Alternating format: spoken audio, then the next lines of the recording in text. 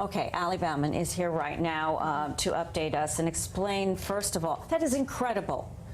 Incredible. It's almost unbelievable. It really is, and the way Ms. Collington, yeah, her words were just so right on the mark. So what? Absolutely. What now? And it's heartbreaking. And she's a full-time working parent. She is a graduate student. She's working. She is trying to have a career. The other woman, Sophia, she's working as a teacher's aide in the Bronx.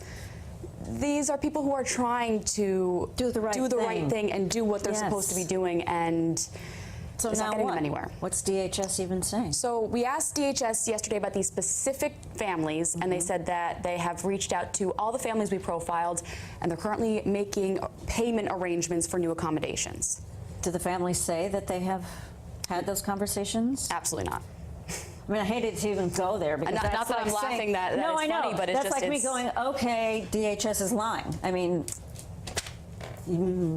yeah. It's since the beginning, what DHS tells us does not match the experiences of these families.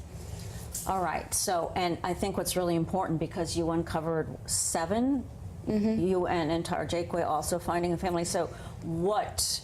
There have to be more out there. Absolutely, and we've profiled 7 families on air, but since we started doing these stories, more and more families have been reaching out to us that we've been talking to and trying to help. You know, there's so many that we almost can't keep up with them at times. And right now, of the 7 families that we profiled, almost all of them are either back at a shelter or staying in that house that they were placed in. There is one family who has been shown a new house in New Jersey. They're hoping next week to sort out all the paperwork and sign a lease and move in, and hopefully we can be there with them when they do move in if that house has all the correct certification and inspections and is up to code, unlike these other houses. So hopefully they get something next week. There's so many complicated and complex parts of this. Any common threads?